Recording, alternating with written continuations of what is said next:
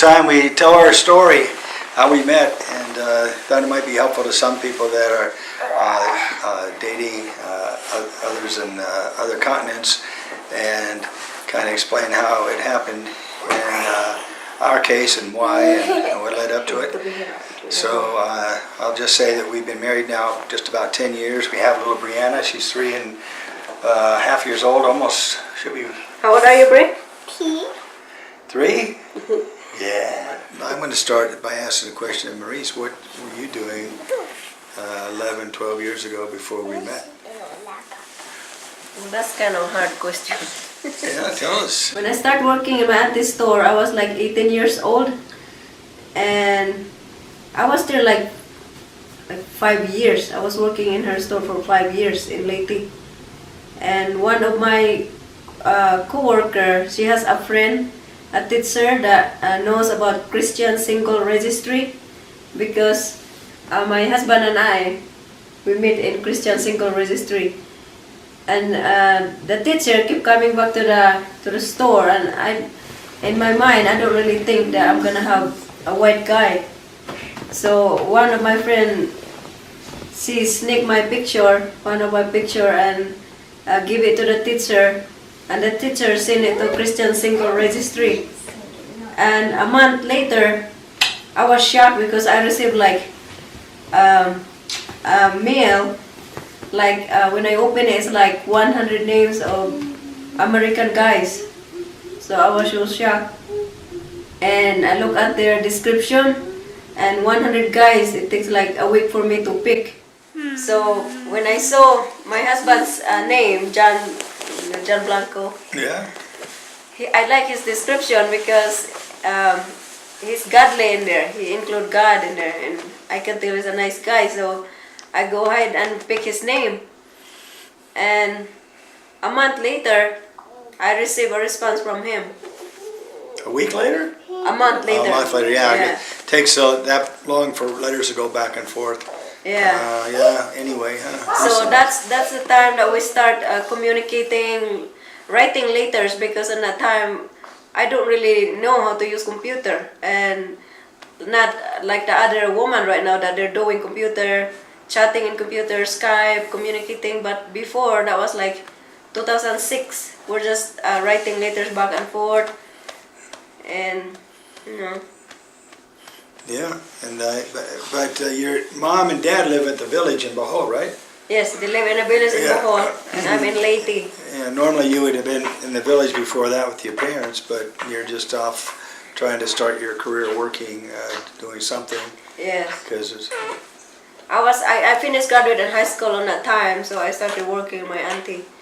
And in that time, I have a few boyfriends, but nothing really serious as boyfriend. And all of my boyfriends they are chicks boy. They have girls, you know. They have you guys are boyfriend and girlfriend today, and tomorrow you saw the boy with another girl. So at that time I realized that they are immature and chicks boy, but not really all Filipinos are chicks boy.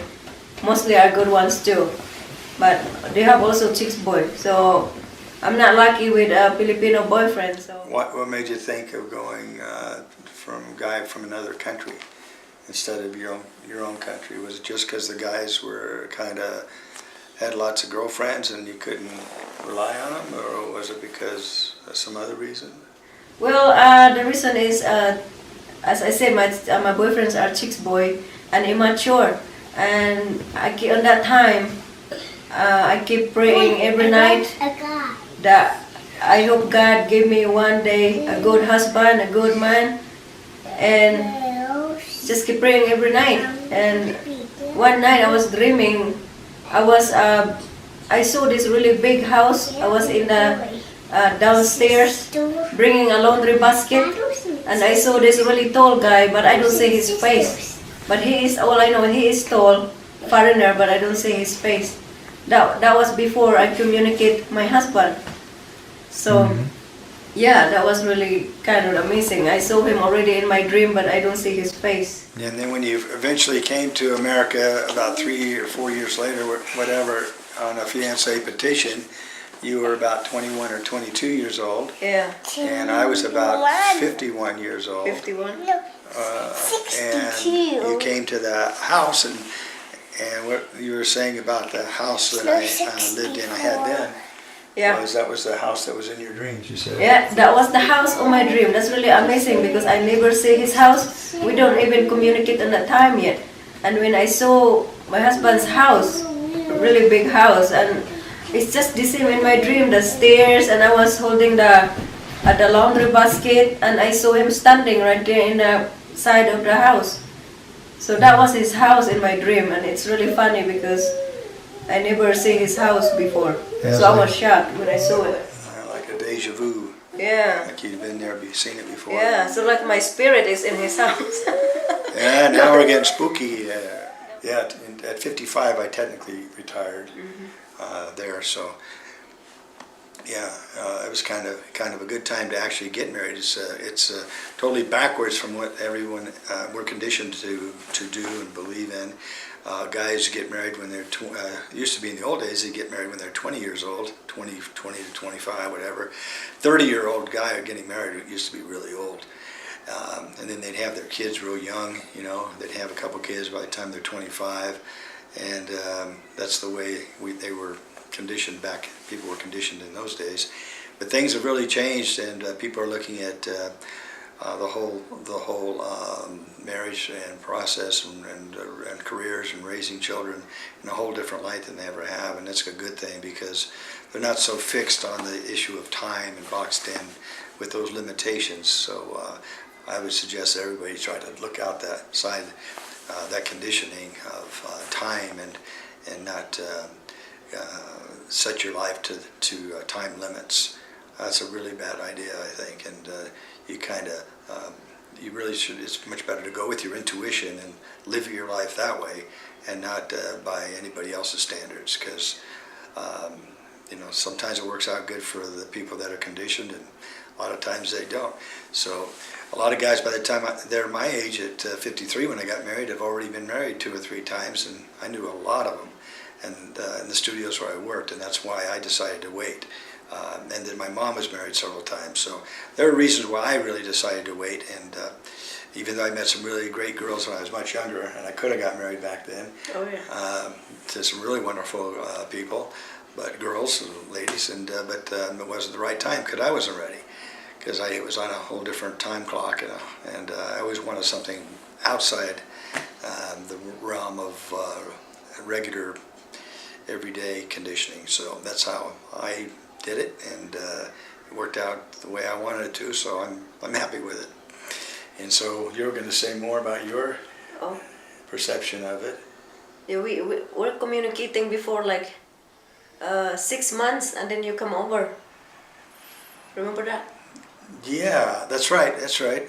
We start communicating like August, and you come over February. August what year? 2005.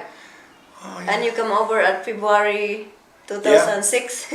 Yeah, I came over February 2006 on Cathay Pacific. I landed there in Cebu, Mactan Airport, and I went to the resort. I got a place at the resort for Maribago Blue Water. Yeah, Maribago Blue Water Resort for 3 weeks. Yeah. All inclusive, really protected area. You know, it's funny, they had guards with AK-47s out there. Yeah. And it's kind of first time I saw that, although I'd seen it in other countries, but wasn't used to seeing that. But that's pretty prevalent in the Philippines. But yeah, that's where we first met. And then when I left, I returned to the States. I started working on the fiancé petition about a few months later, right? Yeah. So 1 year later, I came over here in America, 2007, May 2007. Yep. Yeah. There's a lot of work to do in the fiancé petition. That's about the best way to do it nowadays. It has been for the longest time. It's one really negative thing about the United States is that they make it so hard and difficult for foreigners to visit here on just a regular tourist visa, but we can go, Americans can go to the Philippines for our tourist visa for 21 days, or was it 30? Was it 30 or 21? 21. I always figured 21. Oh, they changed now. They say, I heard they changed 30 days. Yeah, I think it's 30 now. You can go over there. They should make it just as easy for people from the Philippines, because Philippines and America have always had a really good relationship. There's been a little stress recently, but it's always had a good relationship. So they ought to knock all that off and let them come over here, because they're not any kind of threat or anything. And we go over there so easily. The paperwork, you just got to do the paperwork one little step at a time. It's like eating an elephant. You just eat it one bite at a time, and then you get it done. And I don't remember exactly how much it costs, but it's about $600-700 or so. And then you could come over for 90 days, right? Yeah, 90 days. If you don't get married, you go back to your country. But if you guys decided to get married, you can stay in America. Right, then you got to work on some new paperwork after that. Yeah. So, hey, there's nothing really simple or easy about it, but it's an adventure, and if you're willing to do an adventure, and you know, you got to really have your heart in it, and but it's fun. Yeah. So now the age gap. What Age can you gap? say about the age gap? Or the, Yeah, my wife is a little older than me, really. I am old. No, he is like 30 years older than me, but my mind is old. I mean, I'm matured. Really old. I'm not really immature. You know, and when I first come over here in America, I felt really bad because some of the women, mostly over here, they look at me like, oh my God, is that your daughter or something? And I was so hurt, and I was embarrassed, and I said, oh my God, what's going on? If, you know, my husband is older than me and I'm young, you know, because they think that if the woman is really young and the guy is older, especially American and outside the country foreigners, they think you married him for money. They think you're a gold digger, something like that. But I used to be very hurt before when they look at me like that, and you know, because I can tell what they're thinking. But now I don't care, because for me, we're married for 10 years, and if you don't love your husband, you don't really understand. You can't really, you know, live with them for 10 years. That's a really long years. Even one day, if I don't love the guy, I can't understand to stay with the guy in one day. Hey, and you know, this is the way of the future. American guys are looking outside the country, and we on our online community, there's people that are joined our subscriptions, and they are from UK and Australia and Canada and all over there, and they're all looking for relationships outside their own country, and that's very good. So that's just a little background on our story. We could tell a longer one, but I think this is long enough, right? Yeah. And we'll share more along the way. And we just want to thank everybody. We got the new subscribers are coming on, and we want to just thank them for coming on. Appreciate that. Yeah. And that's really great. And the support there makes us it's very encouraging. So anyway, enjoy your new year, and remember that we're timeless and ageless, and I really mean that. I think we're born with the same spirit that we had at birth, and we carry that through our lives, and it doesn't age. The only thing that ages is our sorry little bodies. That's all for today, and thank you for watching, and I hope you enjoy our video, and we'll be doing more videos in the future.